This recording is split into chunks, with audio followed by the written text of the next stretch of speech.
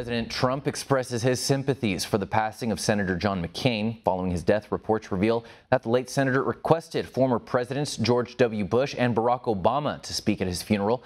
Here's One America's Neil W. McCabe with more on McCain's funeral arrangements and the week ahead in Washington. President Donald Trump released a statement upon the death of Arizona Republican Senator John McCain. Quote, "My deepest sympathies and respect go out to the family of Senator John McCain. Our hearts and prayers are with you," unquote. Trump ordered the flags here at the White House flown at half-staff, and when he left for his golf course in Sterling, Virginia this morning, he did not make any additional statements. The president and McCain had a sour relationship that included McCain voting against Obamacare repeal and not attending the 2016 Republican convention. And of course, McCain passed the so-called Steele dossier to then FBI Director James Comey. Following up on that, as chairman of the Senate Armed Services Committee, he held hearings 2 weeks before Trump was sworn in with Obama administration officials who testified that the Russians had rigged the election. McCain's family has not confirmed this, but it is widely reported that the president was disinvited from McCain's funeral and that McCain asked former presidents George W. Bush and Barack Obama to speak instead.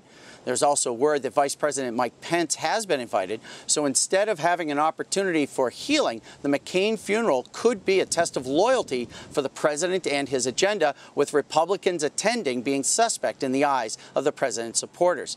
Here in Washington, the expectation is for McCain to be laid in state at the Capitol Rotunda and for a memorial service at the National Cathedral.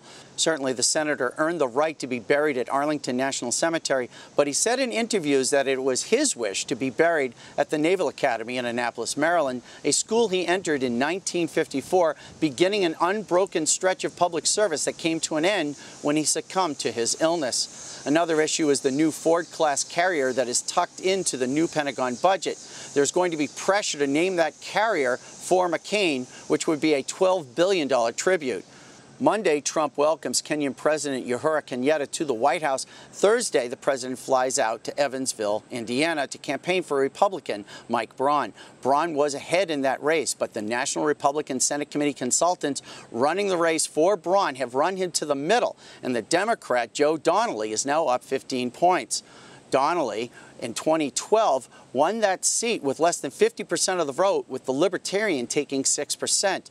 Trump won Indiana in 20 points in 2016 by a margin of more than 500,000 votes. So once again, this is a case of the president flying out to save a campaign that should have been an easy win for the Republicans. Tuesday, Florida and Arizona have their primaries. There are already plans for the president to fly out to Arizona, depending on who wins that Senate Republican primary. Neil W. McCabe, One American News at the White House.